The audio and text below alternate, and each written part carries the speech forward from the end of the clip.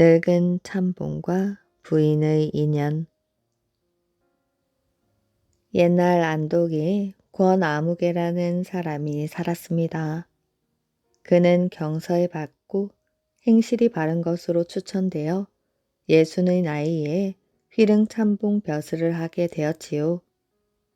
살림이 넉넉하였으나 아내를 갓 잃어 집에 들어서면 반겨 맞아주는 자식도 없거니와 친척도 없었습니다. 그때 정승 김우왕이 휘릉 별검으로 있었는데 마침 능 공사를 벌이는 참이라 함께 능을 지키고 있었습니다. 하루는 능지기 군사가 단속 구역 안에서 나무하는 총각 하나를 잡았습니다. 권공이 이치를 따져가며 꾸짖고 나서 볼기를 치려 하자 나무꾼 총각은 눈물을 뚝뚝 떨어뜨리며 울었습니다. 권공이 가만히 그 모습을 보니 상놈 같지는 않아 총각에게 물어보았지요. 너는 누구냐? 말씀드리자니 부끄럽습니다. 벼슬하던 집안의 후손이건만 일찍 아버지를 여의어 의지할 만할 곳이 없습니다. 늙은 어머님은 올해 나이가 70이고 위로 35살 난 누이가 있사온데 아직 시집을 가지 못하였습니다. 소인도 나이 30이 되도록 아직 장가를 들지 못하였지요. 남매가 나무를 하고 물을 길어 늙은 어머님을 복량하다 보니 동지 섣달 추위를 견디다 못해 이렇게 도둑나무를 하였습니다. 죽을 죄를 지었습니다. 권공은 문득 측은한 생각이 들어서 김공을 돌아보며 넌지시 물었습니다. 가엾은 일이오. 특별히 용서해 주는 것이 어떠하오? 김공이 웃으며 말하였지요. 그렇게 합시다. 권공은 총각을 타일렀습니다. 말을 들어보니 사정이 딱하기에 특별히 놓아주겠다. 다시는 죄를 짓지 않도록 해라. 그러고는 쌀 한 말과 닭 한 마리를 내주며 말하였지요. 이것을 가지고 돌아가 늙은 어머님께 대접하거라. 총각은 고맙다고 인사를 하고 물러갔습니다. 그런데 며칠 뒤 그 총각이 또 능 구역 안에서 몰래 나무를 하다가 잡혀왔습니다. 권공이 크게 꾸짖자 총각이 목을 놓아 통곡을 하였습니다. 늙은 어머님이 추워 떠는 것을 차마 앉아볼 수 없고 눈이 쌓여 어디 가서 나무를 해올 수도 없기에 못할 짓을 하였습니다. 이제 또 무슨 염치로 얼굴을 들고 다니오리까? 권공은 또다시 측은한 생각이 들어 차마 볼기를 치지는 못하였습니다. 김공이 곁에 있다가 빙그레 웃으며 말하였지요.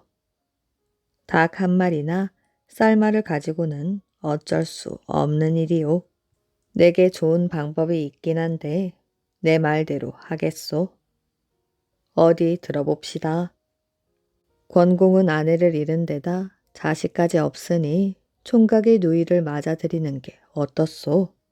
김공이 총각을 앞에 불러놓고 그 말을 하니 총각이 대답하였습니다. 집에 늙은 어머님이 계시니 제 마음대로 할 수 없습니다. 김공이 그 길로 총각의 어머니를 만나 혼잣말을 꺼내었지요. 총각의 어머니는 울며 말했습니다. 대대로 벼슬하던 우리 집안이 이제는 이렇듯 쇠하였구려. 비록 조상 대대로 없던 일이지만 딸을 처녀로 놀게 하느니 그렇게라도 하리다. 권공이 혼례를 하여 처녀를 아내로 맞이하고 보니 과연 이름 있는 가문의 딸다운 현숙한 부인이었습니다.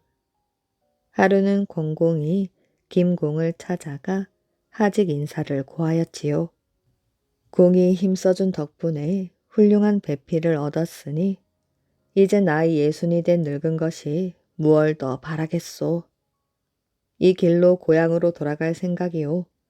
그래서 공에게 작별을 알리러 왔소. 처갓집 일은 어찌 하려고요? 내가 다 데리고 갈 작정이요. 그것 참 잘하셨소. 권공은 그 길로 고향으로 떠났습니다. 그 뒤 25년이 지나 김공은 종삼품 벼슬에 올라 안동 고을원이 되었습니다. 부임한 다음 날 고을 백성 하나가 찾아와 전에 참봉을 지낸 적 있는 권아무개라고 만나 뵙기를 청하였지요. 김공은 한참 기억을 더듬어서야 휘릉에 같이 있던 권공임을 깨달았습니다. 그의 나이를 계산해 보니 이제는 85살이 되었겠다 싶었지요. 김공은 급히 맞아들였습니다. 백발의 노인이 지팡이도 짚지 않고 걸음새도 날렵한데 자리에 앉은 품이 신선 같았지요. 두 사람은 손을 맞잡고 그간 정회를 나누었습니다. 제가 오늘 사또를 만난 것은 하늘이 도운 것이지요. 사또께서 중매를 해준 덕에 늙음하게 훌륭한 배필을 만나 아들들을 보게 되었소이다.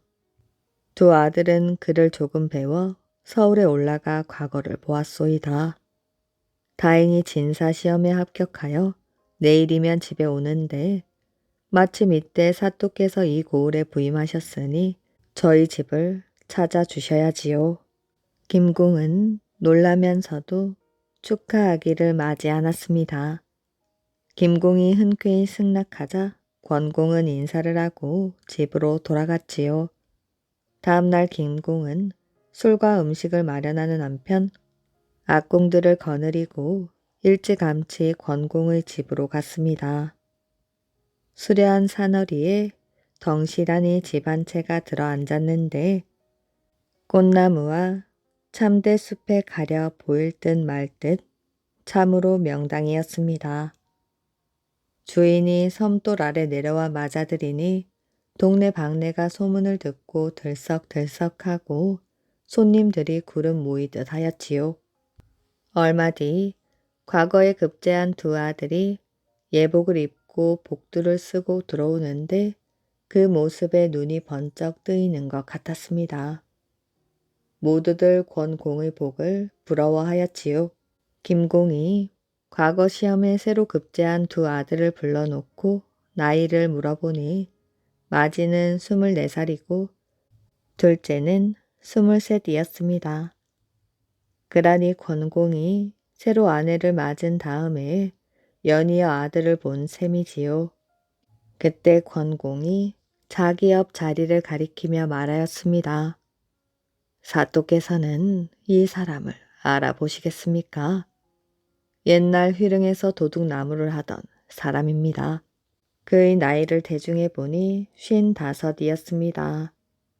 풍악을 잡히고 한껏 즐기던 끝에 권공이 김공을 붙잡고 말하였지요. 제가 오늘 이런 경사를 본 것은 다 사또 덕입니다. 저녁에 부인이 젊은 두 며느리와 김공에게 절을 드리는데 며느리를 친자식처럼 사랑스러워하는 기색이 얼굴에 차고 넘쳤습니다. 또 노파 하나가 들어오는데 손에는 귀신 단지를 들고 있었지요. 눈동자는 초롱초롱한데 사람을 멀거니 바라보는 것이 정신이 있는 것 같기도 하고 없는 것 같기도 하였습니다. 권공이 노파를 가리키며 말하였지요. 바로 도둑나무를 하던 저 사람의 어머니입니다. 지금 나이가 95살이 되셨습니다. 그 뒤 김공은 정승이 되었습니다. 숙종 때 약방 벼슬의 직책을 겸하면서 연인군의 병환을 보러 간 적이 있었습니다.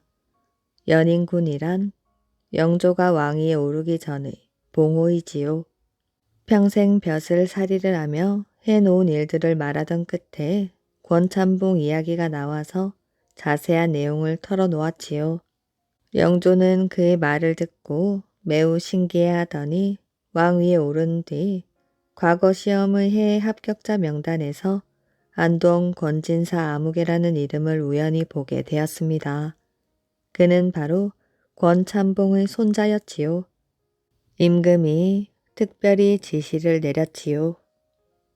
죽은 정승 김우왕이 권아무개의 일을 말한 적이 있는데 그 사람의 손자가 진사시험에 합격을 하였으니 우연한 일이 아니로다. 특별히 참봉으로 임명하여 할아버지의 뒤를 잇게 하라. 배운 사위, 못 배운 며느리.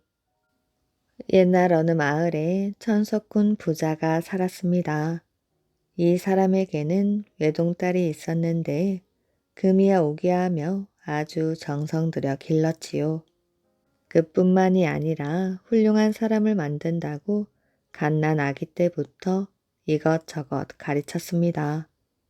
글도 가르치고 그림도 가르치고 예의 범절도 가르쳤지요. 글 읽는 법은 말할 것도 없고 시 짓는 법, 글씨 쓰는 법, 노래하는 법, 말 잘하는 법, 걸음 걷는 법까지 가르쳤습니다.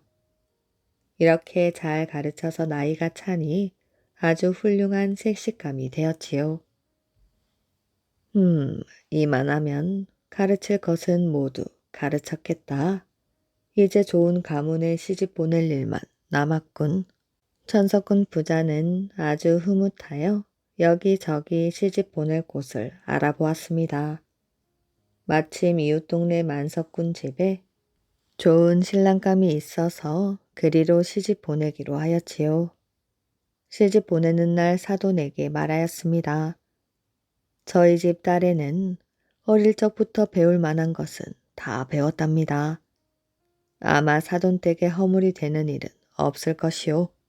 만석군 집에서는 새로 들어온 며느리가 배울 것은 다 배웠다니 무엇을 얼마나 배웠는지 알아보기로 하였지요. 시아버지가 며느리를 불러서 이것저것 물어보았습니다. 예, 아가야, 듣자니 너는 배운 것이 많다는데 뭘 배운 것이야? 며느리는 자기가 배운 것들을 글 외듯이 줄줄 외웠습니다. 글은 천자를 읽어도 막힘이 없고 글씨는 12가지 모양을 익혔습니다. 운을 떼면 바로 시가 술술 나오고 책 30권을 한 자리에서 다 외울 수 있습니다. 그래, 그리고 붓으로는 못 그리는 그림이 없고 하루에 10폭 병풍수를 놓습니다. 300가지 노래를 부를 줄 알고 20가지 악기를 탈 줄 압니다. 여자로서 지켜야 할 예의 범절을 다 익혔습니다. 또 며느리가 자기가 배운 것을 그만큼 일러주었는데 시아버지가 또 물으니 그만 말문이 막혀 버렸습니다. 또 없느냐? 예, 그것뿐이옵니다. 시아버지는 뭐가 못마땅한지 고개를 절레절레 흔들었습니다. 그러더니 이번에는 자기가 글 외듯이 줄줄 외웠지요. 곡식을 익혀 밥을 짓고 갖가지 나물로 반찬을 만들어 상 차리는 법은 배웠느냐? 못 배웠습니다. 물레로 명을 잡고 배틀로 배를 짜서 중의 적삼 치마 저고리에 도포 두루마기 짓는 법은 배운 것이야. 그것도 못 배웠습니다. 밭을 갈아 씨를 뿌리고 호미로 김을 메어 거름주고 거두어서 도리깨로 마당질 할 줄은 아는 것이야. 그런 것도 배우지 못하였습니다. 네가 많이 배웠다더니 쓸모없는 것만 배웠구나. 일 중에서 농사지어 거두고 음식 장만하고 시를 자, 옷 짓는 일보다 더 중한 일은 없는 것이야. 너는 다시 친정으로 돌아가 마땅히 배워야 할 것부터 배워가지고 오너라. 며느리가 친정으로 돌아와 이러이러한 까닭으로 다시 돌아왔다고 하였지요. 사돈이 되는 천석군 집에서 생각해보니 괘씸하단 말이지요. 만석군으로 사는 부잣집에서 며느리더러 온갖 험한 일을 다 배워가지고 오라니 그런 심한 경우가 어디 있냔 말입니다. 내가 우리 딸을 얼마나 애지중지 키웠는데 자기가 그런 소리래. 그러면 제 자식은 얼마나 잘 가르쳤는지 어디 보자. 이러고 자기 사위를 불렀습니다. 자네 아버지는 우리 딸더러 일이란 일은 다 배워가지고 오라고 돌려보냈는데 그래, 자네는 일을 얼마나 배웠는가? 예, 잘할 줄은 몰라도 굶어 죽지 않을 만큼은 배웠습니다. 설마 하니 만석군 부잣집에서 아들에게 험한 일을 가르쳤겠나 싶어서 이것저것 일을 시켜보았지요. 자네 나무할 줄 아는가? 예, 할 줄 압니다. 그럼 산에 가서 나무 한 짐 후딱 해오게나. 그러니 사위는 지게를 덜렁 쥐고 나가더니 반나절도 안 되어 나무를 산더미만큼 해가지고 왔습니다. 그러면 밭갈이는 할 줄 아는가? 예, 압니다. 저기 소가 있으니 끌고 가서 밭을 갈고 오게. 사위는 황소에다 쟁기를 지워가지고 밭에 나가더니 소를 몰아 번개같이 밭을 갈았습니다. 밭을 다 갈고는 오줌 항아리를 날라다 밑 거름까지 듬뿍 주고 온 것이지요. 농사 짓는 일은 그렇다 치고 신 삼을 줄은 아는가? 예, 그것도 할 줄 압니다. 한번 해보게. 사위는 삼 껍질을 벗겨다가 야무지게 꼬아서 신 한 켤레를 본때 있게 삼아 놓았지요. 장인이 탐복을 하였습니다. 자네는 어찌 만석군 집에 살면서 그리 일을 잘하는가? 어릴 때부터 아버지를 따라다니며 배운 것뿐입니다. 천석군 집에 사는 그때부터 딸에게 온갖 일을 가르쳤습니다. 밥 짓고 옷 짓고 빨래하고 농사 짓는 법을 다 가르쳐서 다시 시집으로 보내었지요. 만석군 시아버지는 그제서야 좋아하며 며느리를 잘 대접했다는 이야기입니다. 사람으로 둔갑한 개와 닭. 옛날 어느 마을에 어떤 사람이 개와 닭과 당나귀를 오래 길렀습니다. 하루는 집 주인이 방에서 낮잠을 자고 있는데 뭐가 옆에서 부시럭부시럭 거렸지요. 살며시 눈을 뜨고 살펴보니 언제 들어왔는지 개가 수숫대 길다란 것을 물고 왔습니다. 수숫대를 물고 와서 그것으로 주인의 키를 재는 것이었어요. 머리에서 발끝까지 키를 재더니 꼭 주인 키만큼 수숫대를 잘랐습니다. 그러더니 그 수숫대를 물고 어디론가 가버렸어요. 주인이 하도 이상하여 가만가만 일어나 개 뒤를 따라가 보았습니다. 개는 수숫대를 물고 뒷산으로 올라가 버렸지요. 뒷산에 올라가서 평평한 곳에 수숫대를 놓고 꼭 수숫대 길이만큼 땅을 팠습니다. 발로 땅을 파서 구덩이를 만들어 놓고 다시 집으로 돌아갔지요. 주인은 이상하게 생각하고 집으로 돌아왔습니다. 돌아와서 또 방에 누워 낮잠을 자는데 이번에는 문 밖에서 뭐가 짜그락짜그락 하는 소리가 났지요. 가만히 살펴보니 글쎄 닭이 문에 발린 창호지를 부리로 쪼고 있었습니다. 한참 쪼니 방문에 주먹만한 구멍이 뻥 뚫렸지요. 닭이 그 구멍으로 고개를 들이밀고 이리저리 가늠을 해보더니 살그머니 어디론가 가버렸습니다.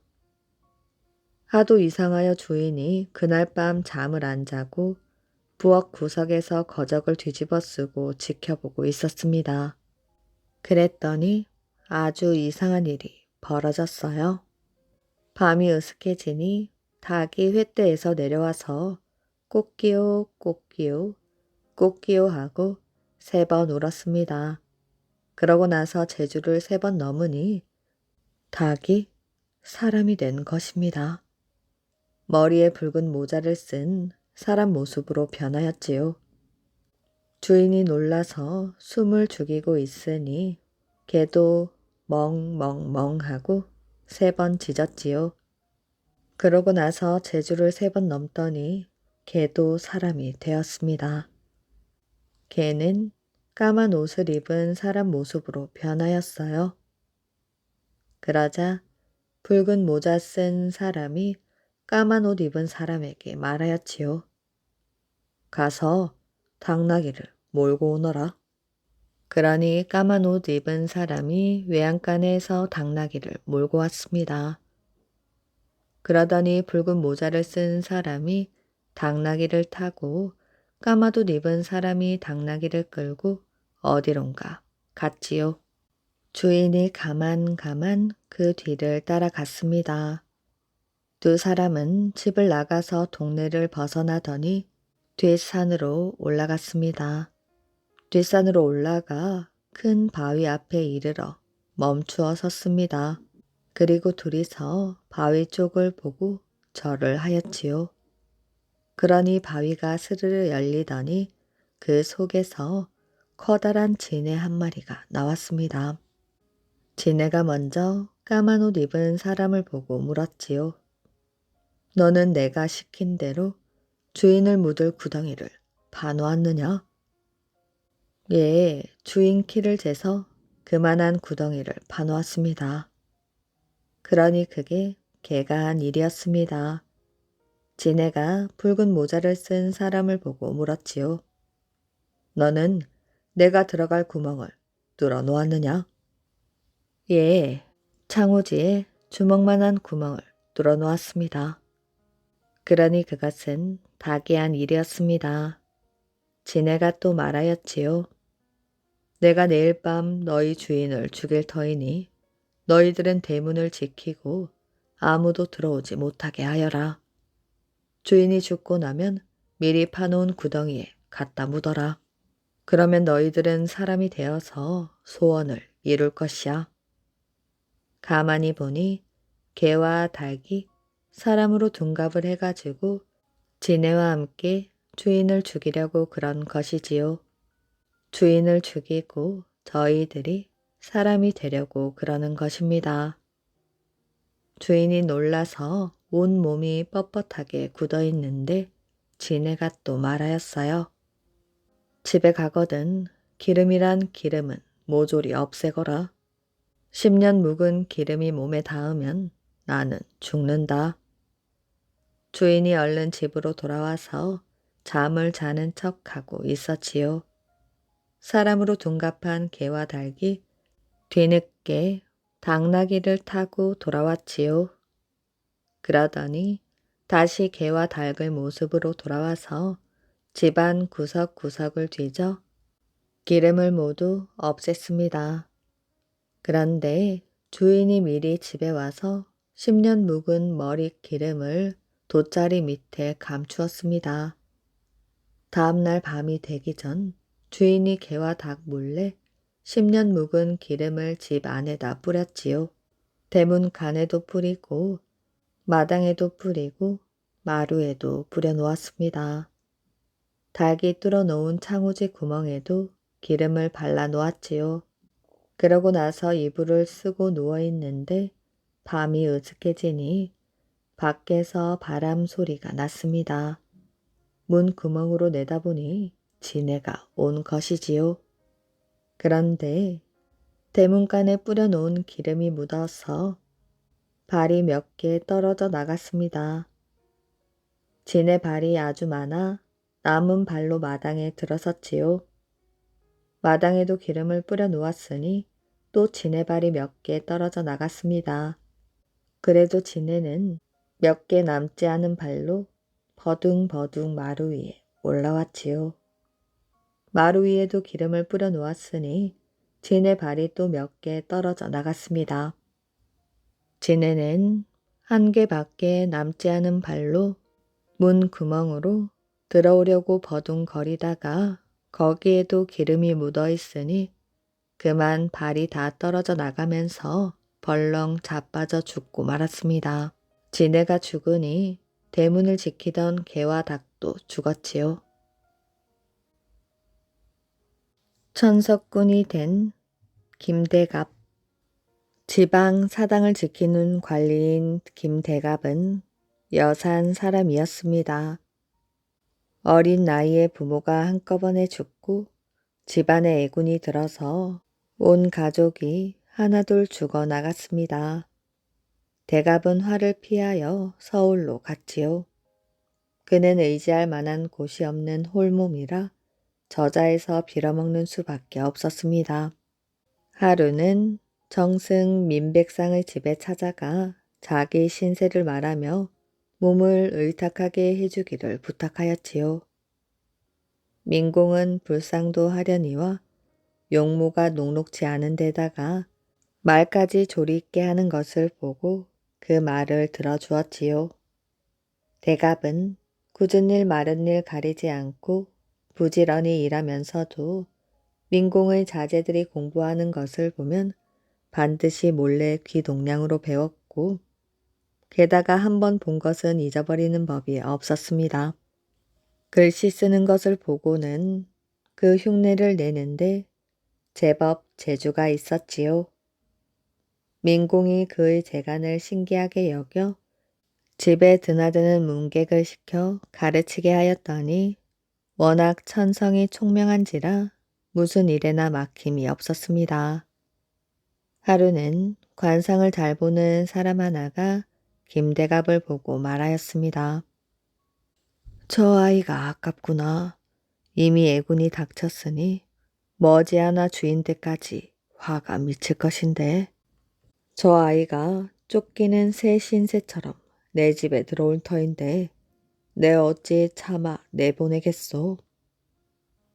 공이 후덕하니 재앙을 없애고 저 사람을 구할 수 있겠습니다.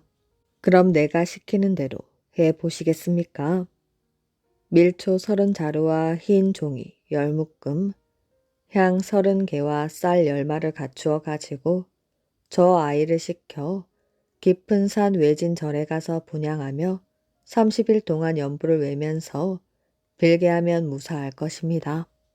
김대갑은 산속 절로 들어가 30일 동안 단정히 앉아 눈 한 번 붙이지 않고 빌고 빈 뒤 돌아와 공을 배웠습니다. 공이 다시 그 사람을 불러 상을 보았지요. 그 사람은 김대갑을 보자 이제는 아무 염려 없겠습니다. 하고 기뻐하였습니다. 김대갑은 공의 집에서 같이 살며 20여 년을 지냈습니다. 공이 평안감사로 나가게 되자 김대갑도 따라갔지요. 임기를 마치고 돌아올 무렵 가명 창고에 남은 돈이 10,000냥이나 되었습니다. 김대갑이 공에게 처리할 방도를 물었지요. 공은 그 돈을 고스란히 김대갑에게 주었습니다. 내가 돌아가며 주머니에 털끝 하나 넣지 않은 것은 자네도 잘 아는 바인데 어찌 이 돈으로 스스로 허물을 쓰겠나? 자네 마음대로 처리하게. 김대갑은 사양하였으나 공 역시 막무가내인지라 가만히 생각해 보았지요. 내 머리털 하나에 이르기까지 모두 공이 준 것인데 오늘 또 이런 큰 재물을 주시니 내 장차 보답을 해야겠어. 김대갑은 떠나기에 앞서 아프다는 핑계로 강변에서 작별을 고하였습니다. 공은 머리를 끄덕여 마음대로 하라고 하였지요. 김대갑은 중국 물건을 잔뜩 사서 배에 싣고 바다를 건너 남쪽으로 내려갔습니다. 그것을 팔아가지고 수만 양의 돈을 벌어가지고 고향집을 찾아가니 쑥대만 무성하였지요. 김대갑은 터를 잡고 집을 새로 지은 다음 나무를 심고 못을 파서 후원을 꾸렸습니다. 기름진 논밭을 수천 평 사들여 농사를 착실히 지은 결과 사람들에게 천석군이라는 말을 듣게 되었지요. 그제야 한숨을 쉬며 말하였습니다. 내가 부모 없는 외로운 몸으로 화를 면하고 천석군 부자로 된 것이 네 덕인고. 이때 민공은 가세가 점점 기울어 갔습니다. 벼슬은커녕 여기저기 귀양살이를 다니는 처지이므로 집안의 혼인 대사나 장례를 치르는 일들은 크고 작건 간에 김대갑이 뒤를 대주었지요. 김대갑이 나이가 들어 죽을 때까지 조금도 변함이 없었으니 대개 민공이 사람을 알아보았고 김대갑 역시 예사 사람이 아니니 그 주인의 그 빈객이라 하겠습니다. 심요막과 호랑이. 경상도 어느 마을에 오순이라는 선비가 있었습니다. 그는 어려서부터 효성이 지극한 사람이었지요. 부모가 살아있을 때 효성도 지극했지만 부모가 돌아갔을 때 애통해하는 모습은 이루 형언할 수도 없었습니다. 그는 부모가 돌아가시자 고을 밖에 안장한 후 묘 옆에 움막을 짓고 거기서 3년 동안 살게 되었습니다. 그런 일을 심요라 하는데 상제가 된 사람은 그동안 옷도 갈아입지 않고 세수도 않고 음식도 제대로 먹지 않으면서 마치 산 부모를 섬기듯 하는 것이었습니다. 그리고 이 심요를 하는 것은 부모님이 살아 계실 때 좀 더 효도하지 못한 것을 용서를 비는 뜻도 되었지요. 오순이 심요막에서 밤낮을 가리지 않고 통곡하는 소리가 얼마나 애절하였던지 지나가는 사람 모두 눈물을 흘렸다고 합니다. 심요막에서 비탈을 내려간 곳에 맑고 맛있는 수샘이 있었지요. 오스는 이 약수를 매일매일 떠다가 제사상에 올렸습니다. 아무리 굳은 날이라도 거르는 일이 없었지요. 그러던 어느 날 갑자기 산이 무너지는 소리가 나며 숲과 바위가 흔들렸습니다. 다음날 아침 오순이 문득 보니 심유막 바로 앞에 난데없는 샘물이 솟고 있었지요. 그러나 오순은 무심히 보면서 산골 비탈 아래의 샘으로 물을 길러 내려갔습니다. 그런데 어제까지 있었던 샘이 흔적조차 보이지 않았지요. 할 수 없이 다시 심요막에 돌아온 오순은 새로 솟고 있는 샘물을 떠 마셔보았습니다. 그 물은 신기하게도 비탈 아래의 것보다 훨씬 더 깨끗하고 맛도 좋았지요. 이리하여 오순은 애써 멀리 가지 않고 그 샘물을 제사상에 떠다 바치게 되었습니다. 이 샘을 사람들은 효감천이라 불렀지요. 하늘이 오순의 효성에 감동하여 거기다 새로 솟게 했다는 뜻이었습니다. 심유막이 있는 산에서는 전부터 무서운 호랑이가 산다는 소문이 나 있었지요. 이 때문에 오순의 식구들은 언제나 걱정이 심하였습니다. 그러나 오순은 조금도 무서움을 타지 않고 또 호랑이의 해도 입지 않았지요. 그러다가 어느 날 큰 호랑이 한 마리가 심유막 안으로 들어와 쭈그리고 앉았습니다. 이날은 바로 부모님이 죽은 지 1년 되는 날이었습니다. 제사를 마친 오순은 호랑이 앞으로 다가와서 말하였지요. 너는 나를 해치려고 왔느냐? 호랑이는 고개를 크게 가로저었습니다. 그러면 어째서 나가지 않는 것이야? 오순이 꾸짖듯 말하였지요. 호랑이는 그제야 커다란 머리를 한번 숙였습니다. 그 모습이 마치 잘 길들인 가축과 같았지요. 그렇게 다시 밖으로 나간 호랑이는 심유막 앞에 다시 쭈그리고 앉았습니다.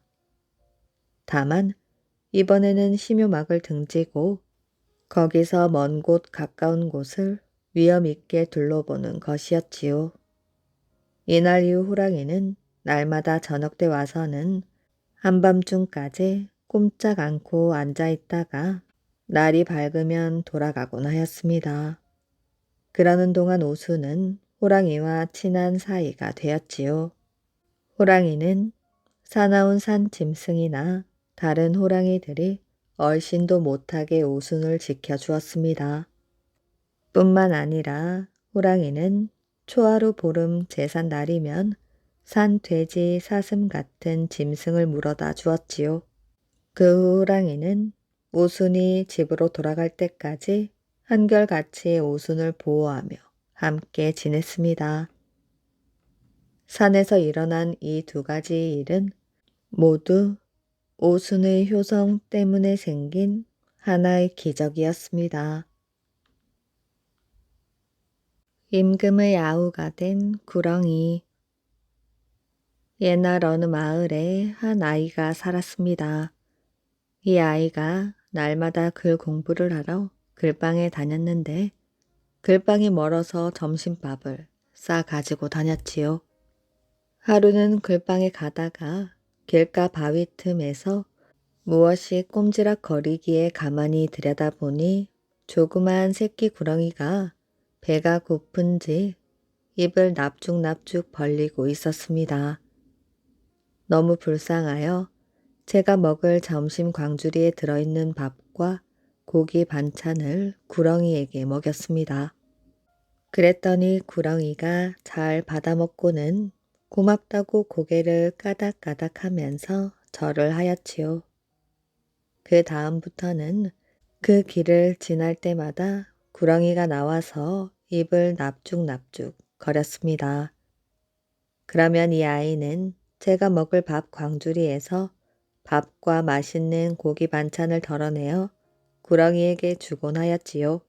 그렇게 날마다 음식을 먹였더니 구렁이는 점점 커서 몸집이 팔뚝만하게 되었습니다.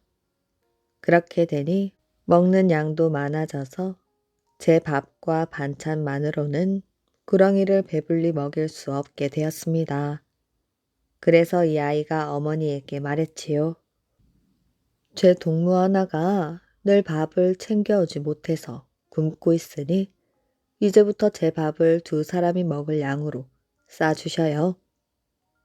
어머니가 큰 주발에 밥을 꾹꾹 눌러 담고 반찬도 넉넉하게 넣어주니 그걸 가지고 구렁이에게 가서 먹였지요. 저는 배가 고파도 구렁이는 배불리 먹였지요. 그렇게 몇 해를 먹였더니 구렁이는 잘 커서 몸집이 홍두깨만하게 되었습니다. 그리고 그동안 구렁이와 아이는 정이 듬뿍 들어서 친형제처럼 지내게 되었지요. 구렁이는 이 아이를 형하고 부르고 이 아이는 구렁이를 아우처럼 대해주었습니다. 그럭저럭 이 아이도 나이가 들어 장가를 들게 되었지요. 이웃 동네 처녀를 색시로 맞아서 혼례를 치르게 되었습니다. 그런데 장가가기 며칠 전 구렁이가 하는 말이 형이 장가가는 날 나도 꼭 데리고 가줘 하였지요. 너를 데리고 가면 나야 좋지만은 딴 사람들이 놀라지 않을까? 걱정 마. 사람들 눈에 안 띄게 따라가서 그 집 나뭇가리에 숨어 있을 테니 형은 잔치 음식이나 갖다 줘. 장가를 가는 날 신랑이 말을 타고 가면서 둘레둘레 살펴보니 정말 구렁이가 몸을 숨기고 스르르 따라오고 있었습니다.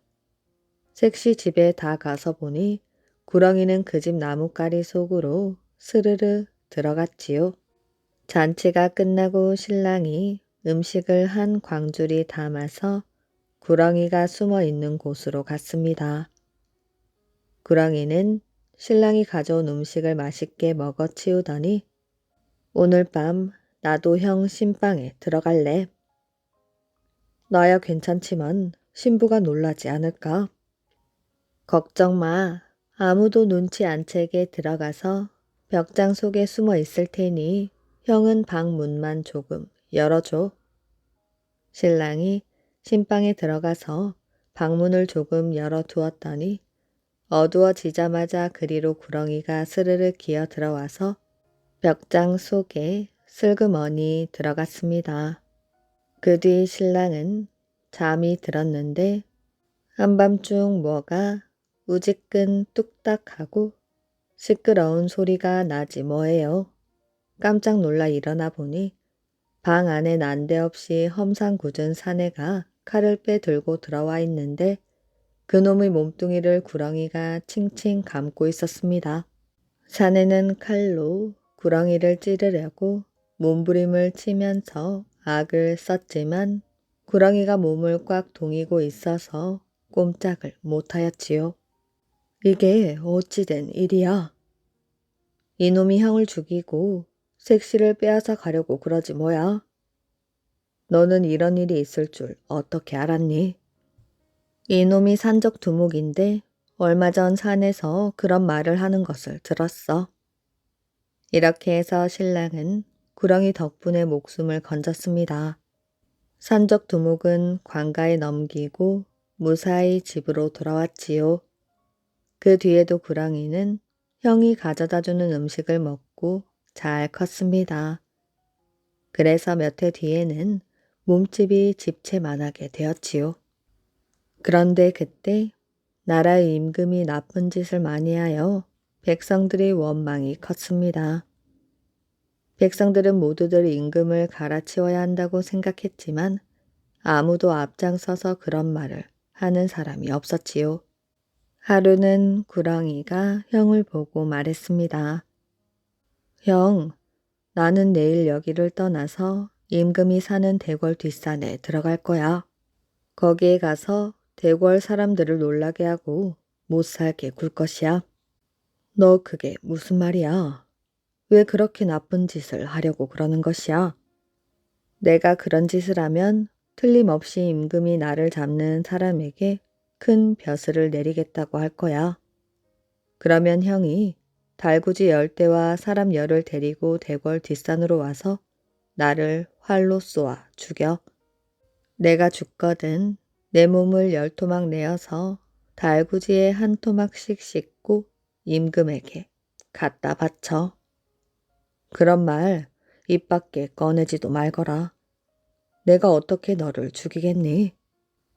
꼭 그렇게 해야 돼. 그리고 만약 위험한 일이 생기면 내 몸뚱이를 처음대로 다시 붙여줘. 난 못해. 안 그러면 내가 여기서 죽어버릴 것이야. 둘이서 옥신각신하다가 구렁이가 당장 죽어버리겠다고 울러대는 바람에 형은 할 수 없이 그렇게 하기로 약속을 했습니다. 구렁이는 그 길로 스르르 어디론가 사라져 버렸지요. 며칠 뒤 대궐 뒷산에 집채만한 구렁이가 나타나서 사람들을 해코지한다는 소문이 쫙 퍼졌습니다. 그러더니 누구든지 구렁이를 잡는 사람에게 임금이 큰 벼슬을 내린다는 방이 온 나라에 쫙 걸렸지요. 형은 큰 활을 메고 대궐에 가서 자기가 구렁이를 잡겠다고 했습니다. 그리고 달구지 10대와 사람 열을 데리고 뒷산으로 올라갔지요. 가보니 숲속에서 구렁이가 스르르 기어 나오더니 어서 활을 쏘라는 듯 가만히 누워 있었습니다. 형이 차마 활을 못 쏘고 머뭇거리니 구렁이가 어서 쏘라고 마구 재촉을 하였습니다. 형은 눈물을 흘리면서 활을 쏘았지요. 그래서 구렁이는 죽고 형은 구렁이 몸뚱이를 10토막 내어서 달구지 한 대에 한 토막씩 싣고 대궐로 들어왔습니다. 대궐로 돌아오니 사람들이 구름같이 몰려들어 손뼉을 치면서 좋아하였지요. 그런데 임금은 약속대로 큰 벼슬을 내리기는커녕 신하들을 시켜서 이 사람을 죽이려고 하였습니다. 벼슬을 주었다가는 사람들이 많이 따를 것이고 그러면 제 자리가 위태로울까봐 그러는 것이지요. 이 사람은 하늘을 보고 서럽게 울었습니다. 아우로 삼고 지내던 구렁이를 제 손으로 죽인 것만으로도 가슴이 아픈데 이제 저마저 죽게 되었으니 눈물이 안 날 리 없었지요. 그런데 그때 구렁이가 위험한 일이 생기거든 내 몸뚱이를 처음대로 다시 붙여달라고 하던 그 말이 떠올랐습니다. 그래서 임금에게 사정을 하였지요.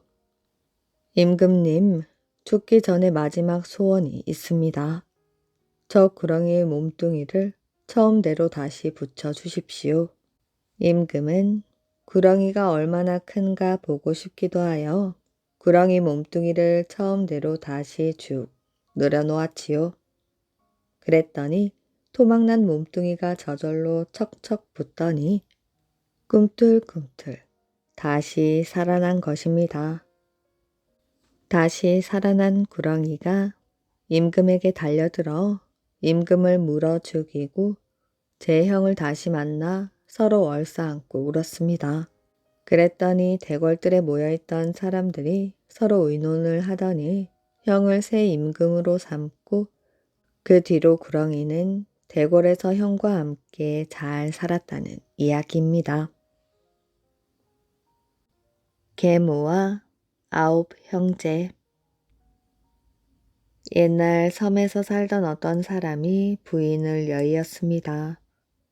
갯가에 나가 고등을 줍다가 그만 발이 미끄러져 바다에 빠져 죽은 것이지요. 이 집에는 아들을 9이나 두고 끝으로 딸을 두었습니다. 남편은 부인의 3년상을 치르고 남편을 바다에 빼앗긴 과부와 다시 혼례를 올렸습니다. 계모가 들어오자 아들 9은 모두 육지로 돈벌이를 나가고 집에는 고명이라는 막내딸 하나만 남았습니다. 계모는 하나 남은 딸마저 보기 싫어서 구박을 하였지요. 밥도 자기들은 방에서 먹고 딸은 부엌에서 혼자 먹게 하였습니다. 고명이는 서러워서 눈물에 밥을 말아 먹었지요. 고명이가 훌쩍이며 밥을 먹다가 흘린 밥알을 어미 잃은 쥐 새끼 한 마리가 주워 먹었습니다. 고명이는 자기 신세와 비슷한 쥐 새끼가 불쌍하여 끼니 때마다 밥알을 던져 주었습니다. 그 후 고명이와 쥐는 친해졌지요. 고명이가 부엌에 쪼그리고 앉아 불을 지피면 쥐가 무릎 위로 올라와 재롱을 부리기도 하였습니다. 새끼 쥐가 강아지만하게 커졌지요. 어느 날 계모는 고명이를 죽여 없앨 궁리를 하였습니다. 계모는 쑥 버무리를 만들어 고명이 몫에 독약을 섞었습니다. 그러고는 부엌에서 일하고 있는 고명이에게 쑥 버무리를 주면서 먹으라고 하였지요. 고명이는 여느 때처럼 쑥 버무리를 한 조각 떼어 쥐에게 던져 주었습니다. 쥐는 그 쑥 버무리를 먹고 뱅뱅 돌다가 고꾸라져 죽어버렸지요. 깜짝 놀란 고명이는 쑥 버무리를 먹지 않았습니다. 계모는 쥐 때문에 자기 계획이 실패한 것을 알고는 화가 났지요. 죽은 쥐를 가져다가 통 가죽을 벗겨내고는 바지랑대 끝에 가죽 벗긴 쥐를 매달아 들고 동네방네 외며 다녔습니다.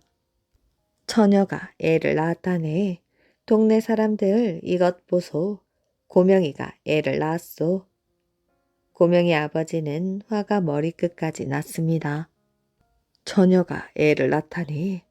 이건 동네 창피해서 죽을 일이다. 내 이것을 가만히 두지 않을 것이야. 고명이가 자기는 그런 일이 절대로 없다고 변명을 하였지만 전혀 먹혀들지 않았습니다. 아버지는 고명이를 살려둘 수 없다고 날뛰면서 고명이를 끌고 마을로 나갔습니다. 마을 앞에 썰물 떼면 갯벌이 드러나고 그 갯벌을 따라 건너가면 바위섬이라는 작은 호섬이 있습니다. 밀물이 들면 바다 가운데로 잠기는 섬이지요. 그 바위섬으로 고명이를 끌고 갔습니다. 물 가운데 바위섬에 다다르자 아버지는 고명이를 바다에 밀쳐 넣었습니다. 고명이가 바다에 풍덩 빠지자 물보라 속에서 새 한 마리가 솟아오르며 아오보라비, 계모 하고 울었습니다. 그때 육지로 돈벌이 나갔던 아오보라비들이 돈을 벌어 고향에 오면서 고명이에게 줄 선물을 한 괵짝씩 지고 오고 있었습니다. 고개 하나만 넘으면 고향 마을이었지요. 그때 어디선가 새 한 마리가 날아오더니 아오보라비의 어깨에서 어깨로 옮겨 앉으며 아오보라비 짹짹, 계모 짹짹하고 울어대는 것이었습니다. 동생들아, 이 새소리가 이상하지 않니? 형님, 우리 고명이에게 무슨 일이 난 모양입니다. 아홉 형제는 아무래도 이상하다는 생각이 들어 막내를 동네에 내려보내 무슨 일이 있었는지 알아보도록 하였습니다. 한참 후 막내가 헐레벌떡 뛰어오더니 형님들 큰일 났습니다. 우리 고명이가 계모의 모략에 빠져 죽었답니다. 하고 분에 못 이겨 숨을 몰아쉬는 것이었습니다. 그렇구나. 그래서 우리 고명이의 넋이 새가 되어 우리에게 하소연을 하였구나. 우리 불쌍한 고명이 이 오라비들이 네 원수를 갚아주마.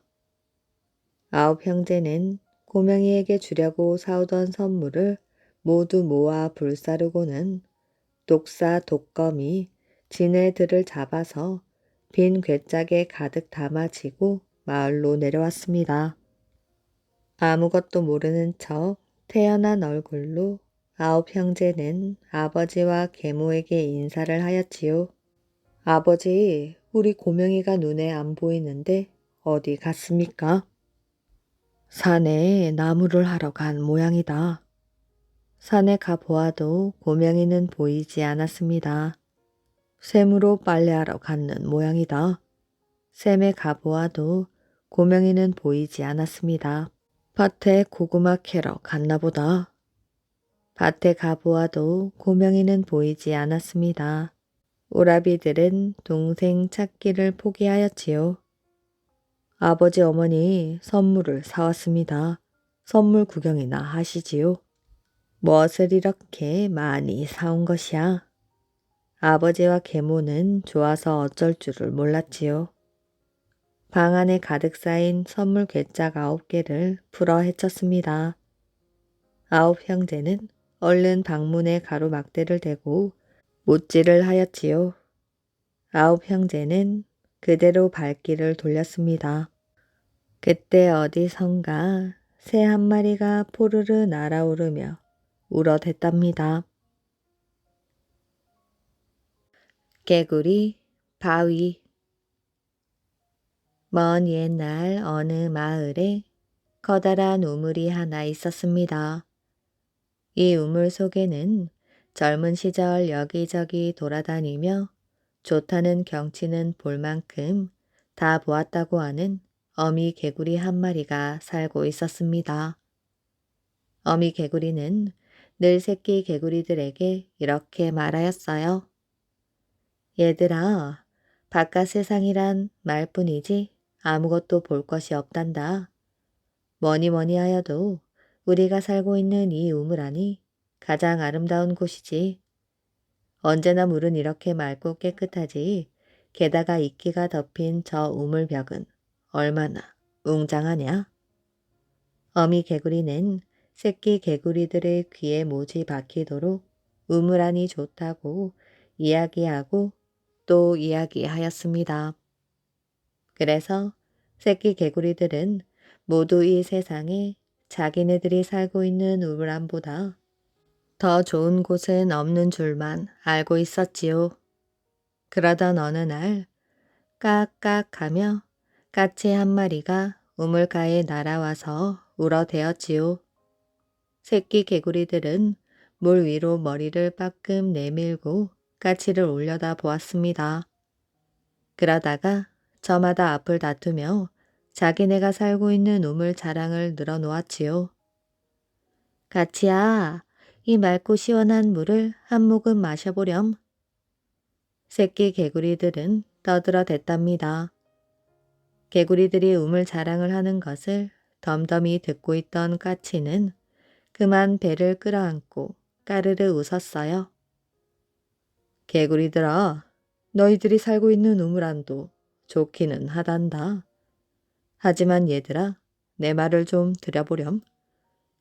까치는 개구리들에게 자기가 보고 온 금강산의 아름다운 12,000 봉우리 이야기를 신나게 들려주었지요. 뭐? 세상에 그런 곳도 있단 말이야?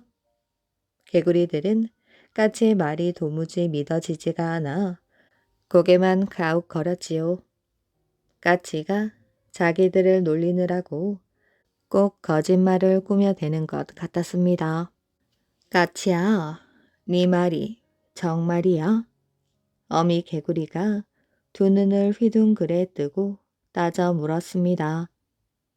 정말이고 말고 정 믿지 못하겠으면 나랑 같이 금강산에 가보자꾸나. 까치는 꽁지를 달싹거리며 대답하였지요. 어미 개구리는 더는 참을 수가 없었습니다. 자기 눈으로 보기 전에는 까치의 말을 도무지 믿을 수가 없었지요. 까치야, 그럼 나를 금강산까지 좀 업어다 주려무나. 그러자. 까치는 우물 안으로 푸드덕 날아 내려와 어미 개구리를 등에 태웠습니다.